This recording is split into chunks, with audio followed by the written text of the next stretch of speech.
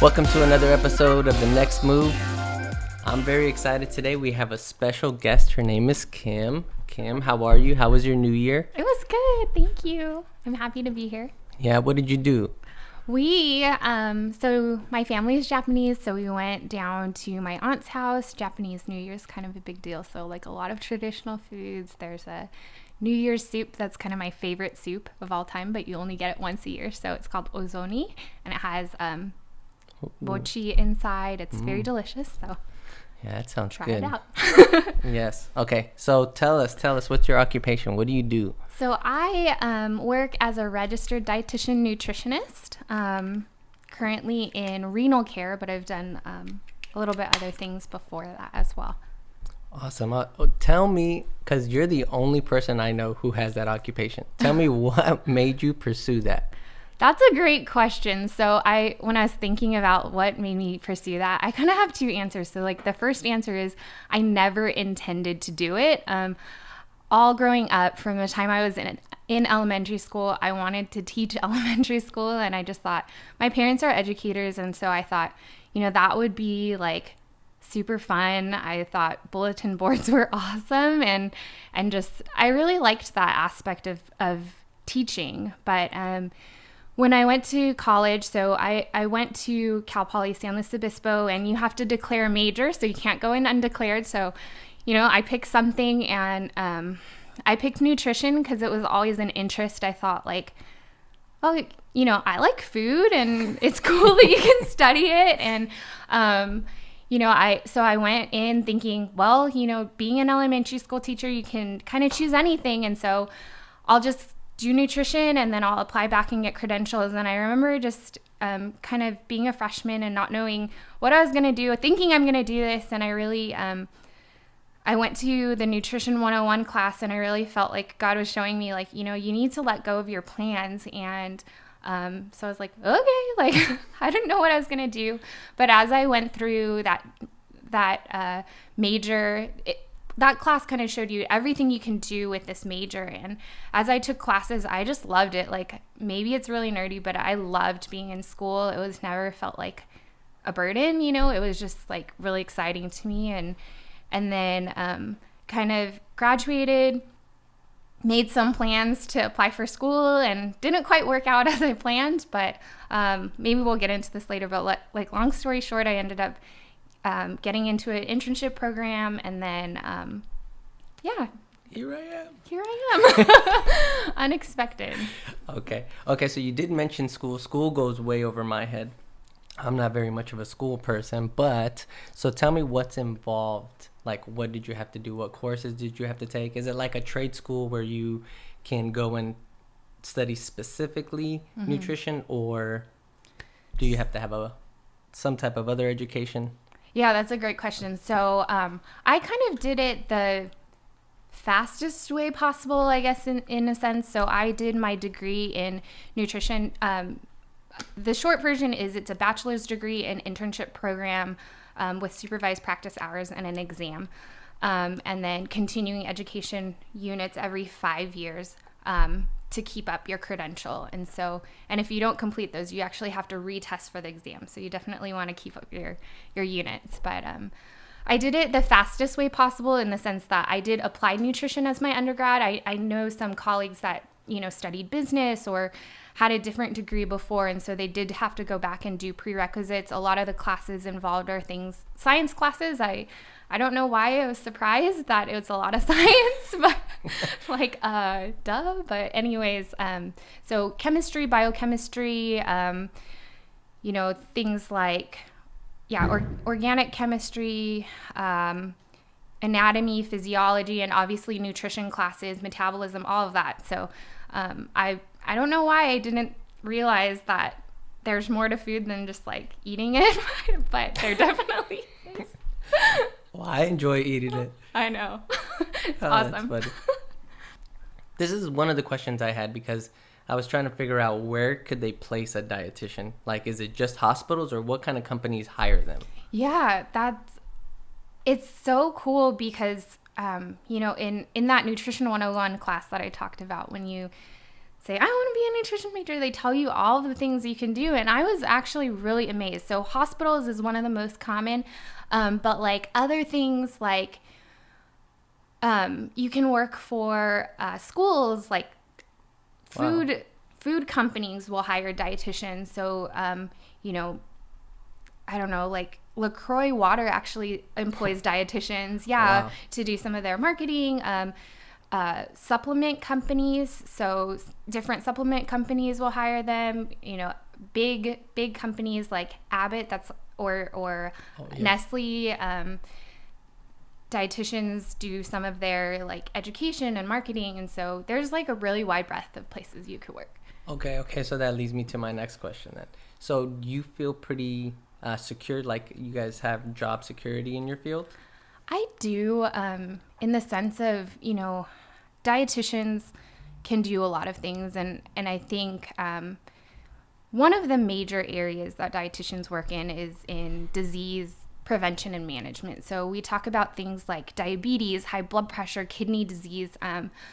If we just look at statistics, we know that America is not the healthiest nation. We have a lot of problems, and so I think there's a lot of opportunity to grow and to help people kind of, do things like learn how to read food labels, learn how to make better choices, learn how to manage their disease. And so, I definitely do think there's some of that. Okay. Side story. Let me tell you a story about my dad. I don't know if I told you. Okay. But when you mentioned food label, it reminded me, I was having a conversation with him and he wanted me to try this cranberry juice. And I was like, okay, let me try some. He put it for me in a bottle. He's like, let me tell you about this one. He's like, this one, whenever I'm finished drinking it, it leaves a red ring around it. But I found one that's even better and it tastes good and it doesn't leave a ring around and I was like, let me read this label. So I read the one that left the ring around his cup, and it was 10% juice. Okay, it contains 10% juice. The other one contains 0% juice, the one that left no ring. So I went and I bought him 100% cranberry juice, and he didn't like it. So for sure, people do not read the labels. Yeah, that's crazy, huh? Yeah, that's an awesome story. I think, even with all of the training that we have, I think we can, we're just people, and I think we can definitely, even for myself, sometimes I buy things in the store and then I get home and I'm like, what on earth did I buy? Like, what was I thinking? Because you're just, I don't know, like in the moment we have all kinds of different priorities, like I just need to get out of here, or like this is cheaper or whatever. But I think when we're looking at our health and like longevity, it's helpful to at least be equipped with the tools to make good choices. Like even if you don't make them all the time, like it's helpful to at least have that knowledge, Yeah, no, I agree. Like I'm always reading the labels now. Oh my gosh. Even if it leaves a ring. Even if it leaves a ring, that's good. Question. Okay. So how long have you been doing this for? I've been working as a dietitian for a little over 8 years now. 8 years. Wow. I know you At guys... the same company, or have you bounced around a little? I've had 2 main positions. So my current position has been my current company. I've been there for 7 years, and previously I was working in a hospital up in the Bay Area. So that was about a year's time. Okay, so maybe so our viewers can get a good grasp. What is a day like in the life of a dietitian? Yeah, so I guess I would say, just as a disclaimer, it really depends on like what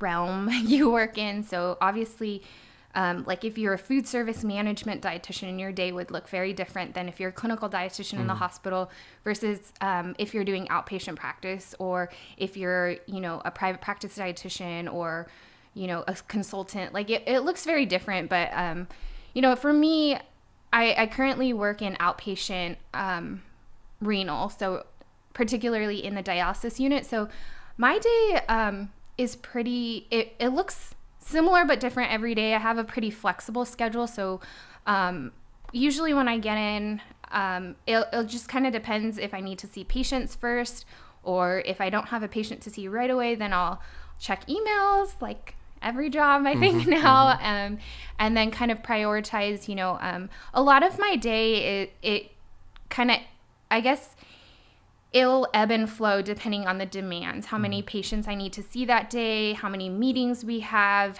we just recently drawn labs in the clinic, and do I need to kind of talk to doctors or evaluate things. But most of it is seeing patients, writing notes. Charting takes a long time. So in healthcare, for those who aren't in it, they say if it's not documented, it's not done. So whatever is not in your EMR didn't happen.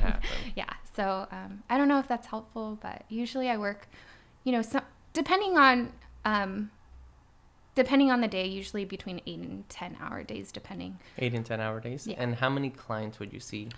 So it depends. So I would say currently, so in the dialysis setting, it's a little bit different, but usually we're assigned to a clinic or more than one clinic. So in a clinic, I guess it depends. Usually we have up to 120 patients that we see within a month. So It's not that I'm seeing every patient and charting on them every day. It's just kind of within a time span of a month, you do need to see all those patients, chart on them, and then do all the other good follow-up stuff. So. Gotcha. So tell me, what are some of the pros in your occupation? What do you look forward to at work? I would say the first thing that comes to mind is actually schedule. So it really depends on, again, your specific position, but I do really appreciate that we kind of have a semi-flexible schedule.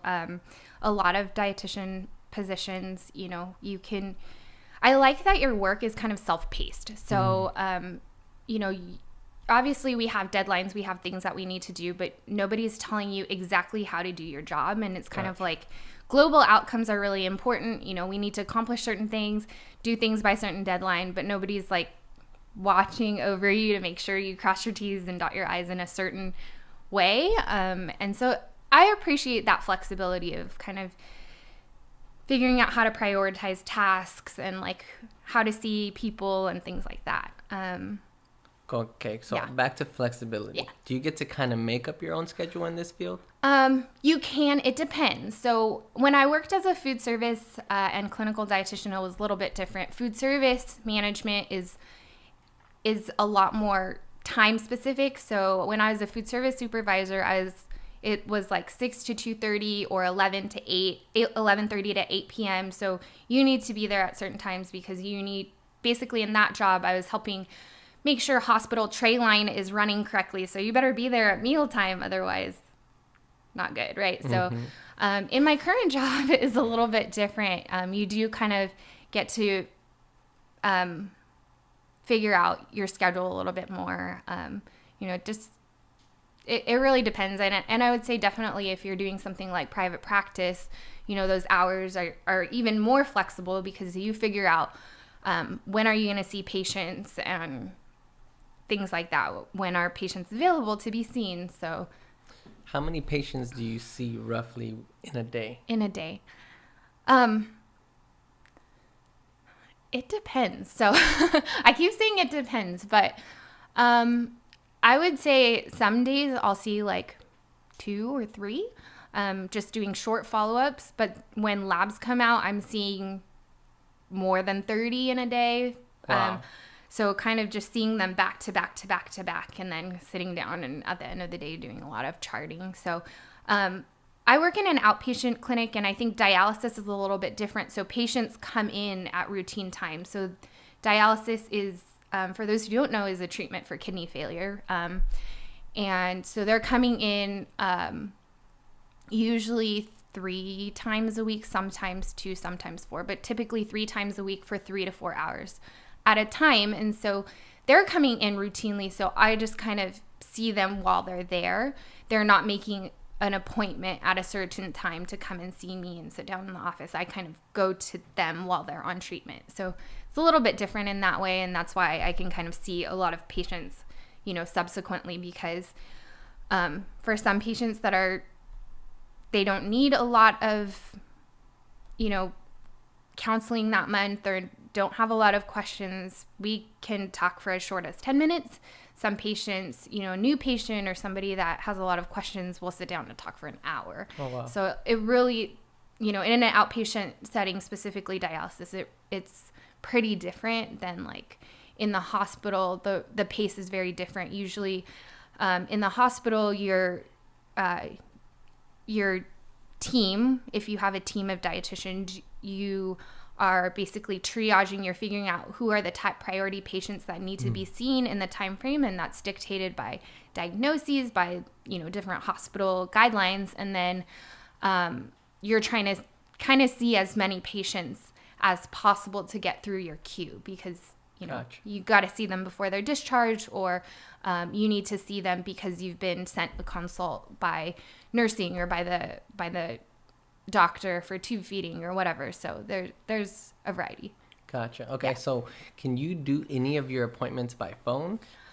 I don't usually. Sometimes I will do follow-ups on the phone, or particularly with the population I work with, family support is really important. So sometimes, the patient, obviously, say Mr. Jones is the patient, but his wife is the one who's cooking all the meals, or his daughter is the one that's doing all the grocery shopping. I definitely want to talk to the patient if possible, but then, call family, because they're the ones who are helping make all those decisions. I would say one thing about if you're doing clinical nutrition, so seeing patients, it's really helpful to see someone face to face, because, we all know that,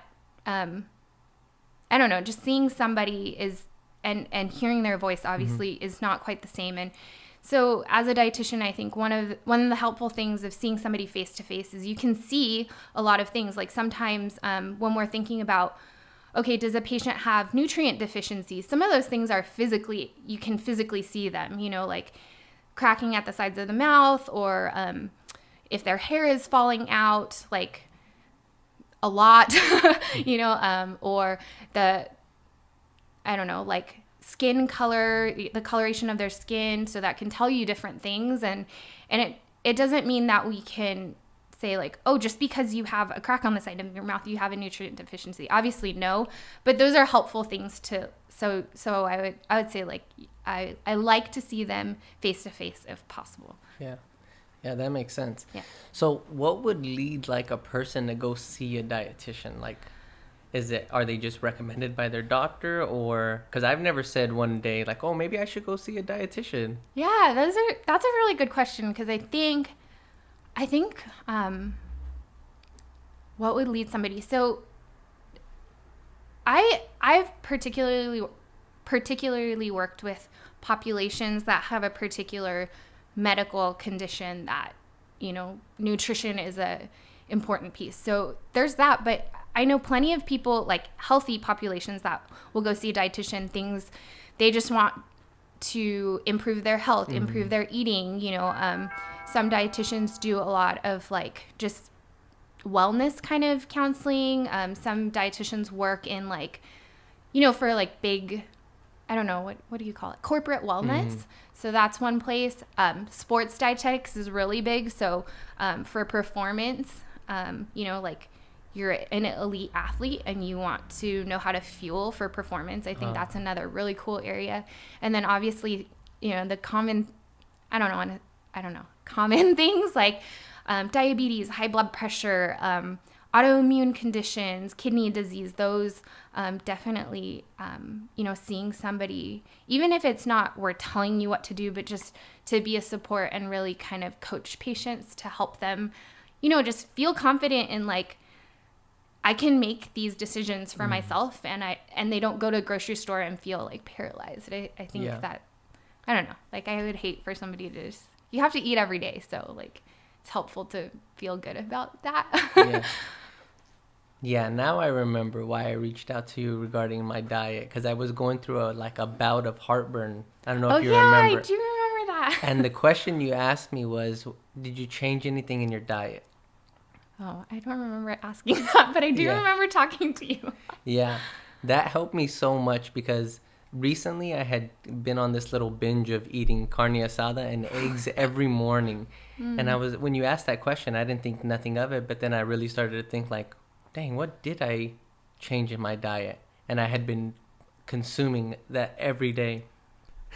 So one other question that I wanted to ask you was to see if there was something in your industry that you would change or would hope to like see different in the future. I guess there's a couple of things.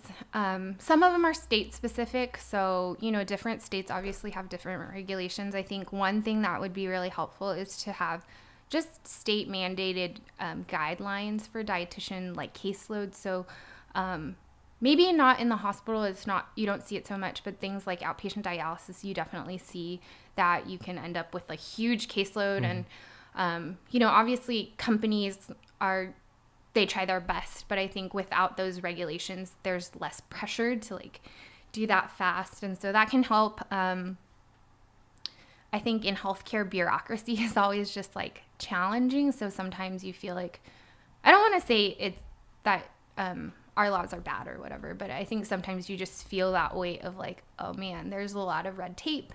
And to get patients the care that they need sometimes takes a lot of work on the part of practitioner. So I don't know how you change that. I think that's way above my brain. But and then the other thing, when I was talking to somebody is I think it's kind of in healthcare is one of the industries that feels the blunt of this sometimes, or maybe I'm not saying it right, but like in terms of raises, I know that some industries, you have you don't have like great starting rates, but that raises, you get like pretty significant raises. And I would say in healthcare, like they do keep up with inflation rates, but like you're not necessarily like, I don't know, not always making like a ton more.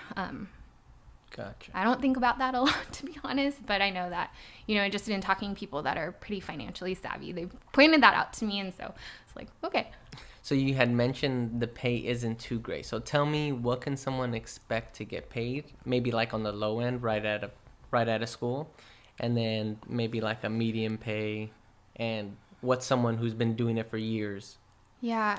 So when I actually looked at like the online a little bit, because I only know California wages, and I know that California does pay a little bit better than some other areas just because cost of living is high. But I would say dietitians typically make like $50,000 to $70,000 a year.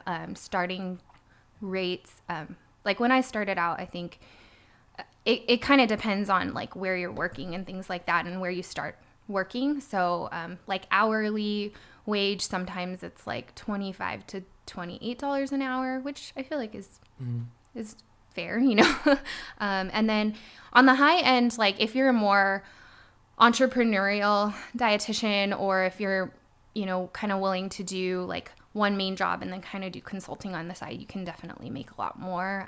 I've heard some dietitians that are kind of more entrepreneurial and they're making like six figures. So that's awesome. So you mentioned certain things about your character. So I want to know, what are the characteristics that a person needs to have in order to be successful in this field? When I was thinking about it, I think there's definitely character qualities, and then there's definitely like skills. And I would say like just talking about the character qualities first, since we're kind of on a heart level for just a second ago, is like, I think empathy is really important. Like being able to kind of put yourself aside and kind of try to put yourself in that place, like, what if I was there? How would I want somebody to speak to me? I think that's been really helpful, but also to be able to like find that level of like, okay, like I'm not going to cry every time something hard happens, just to be wise and to kind of learn how to discern things well. Cause I think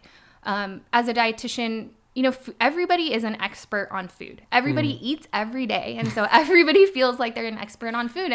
And in some ways that's really true. And I think just learning how to like take what we've learned education wise, and then also just come in with humility and receive from people, like where they've come from, like culturally, what are they used to, and not just be like, well, I'm really smart because I got a degree, and like throw your books on the table kind of way, like I think that it's really helpful to go in with that mindset. And then like practical skills, I would say organization is really important. I think just learning how to prioritize and to make, like to discern things and make good decisions about, if a patient comes in with 10 problems, well, you only got an hour, half an hour, you can't address all 10 problems. So you need to know how to do things like that. I think an area of skill that's really helpful and you don't have to necessarily have this when you're going in, but to develop is learning how to interpret research and to really discern, like food is trendy. You go Google it, you'll see like a new diet like every single week.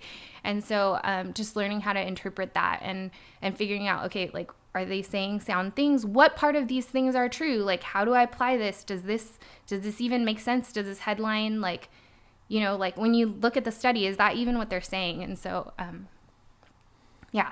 Yeah, very, very, very cool. What advice would you give someone who wants to be a nutritionist? I would say, somebody that's looking to be a nutritionist. So one, I guess I would say like, I have like a couple things. One is figuring out, because I don't think I mentioned this or we talked about this in the beginning, but so I work as a registered dietitian nutritionist, and then there's so registered dietitian nutritionist is a regulated term. It's, we pass an exam, we have 1,200 supervised practice hours, we need to keep up our CEs. And so dietitians are nutritionists, but nutritionists aren't necessarily dietitians.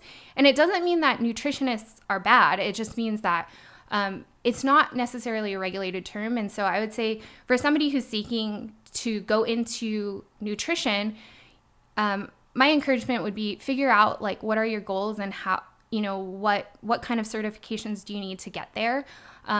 Hopefully if you can find people, like that are in the field, asking a lot of questions, and then also like, especially if somebody is looking to become a dietitian specifically, putting yourself in positions where you can get clinical experience or at least be exposed to that, because I know that when you're going into a dietetic internship, one of the things that they do like to see is any kind of hospital experience, even if it's just working hospital food service or community-based experience, just things where you're kind of, kind of hands-on doing things.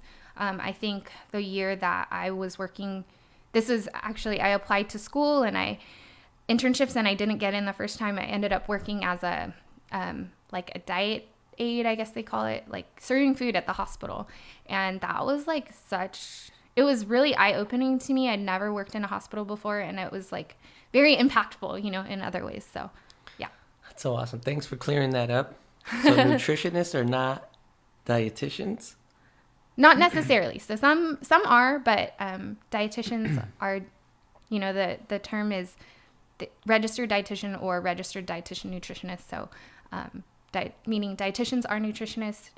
Somebody having the term nutritionist may be a dietitian, but maybe not. And so you just want to look into like I said, like it doesn't mean that they have no idea what they're talking about. They may be very, very, sound, and but you just want to understand like, okay, what are their credentials? What are they actually saying? And does this make sense? Yeah. Wow. Super, super helpful to know all that stuff. Is there anything you want to add? I don't know. I guess since we're talking about this topic, I just have to say, like, I love it. Like, I love my job. It's definitely a job, but it's super fun. It's super rewarding. And I would say, like, even for maybe you're like a undergraduate student or college, high school student, and you're thinking, what should I study? Like, I would say nutrition is a great thing to study, because even if you end up not, kind of my justification was like, well, if I don't do this as a job, like I haven't lost anything, because you're going to eat every day. So, yeah. And I would say for those people that are watching and maybe they're like, oh, maybe I should see a dietitian. Like, there's no shame in that. Like, people are there to help you. And I think like, I don't know, like I've learned that like, I can't be a professional at everything. Like, I'm horrible at things like I don't know, like accounting. I'm not a pro at accounting, so I probably should go talk to somebody that's pro at that, or like investments. I should talk to somebody like you and not like try to wing it. And so I think, just really, I don't know, like learning your own strength and utilizing others. So that's it. That's awesome. So where could people find out more about you, or how could they contact you if they had any questions? I will give you my email. Sorry, I have like 3 different emails, so I'm trying to figure out what's the most expedient way to send that. And then I'll also, maybe you can put it in the description link below or whatever. And then I'll also go ahead and forward you things like the Academy of Nutrition and Dietetics is kind of the governing agency for dietitians. We have so that website is eatright.org, and then the Commission on Dietetic Registration is kind of the credentialing agency for us. And so I think it's cdr.net, but I'm not sure of that. I'll have to send you double that. check. So I'm not sending your viewers to the wrong place. I'm sorry. No, you're good. Thank you. That was so much useful information. I'm sure our viewers loved it. I learned a whole lot about this field that I had no idea. So I hope you guys enjoyed that. Thank you again. Sorry, I was losing my voice at the end.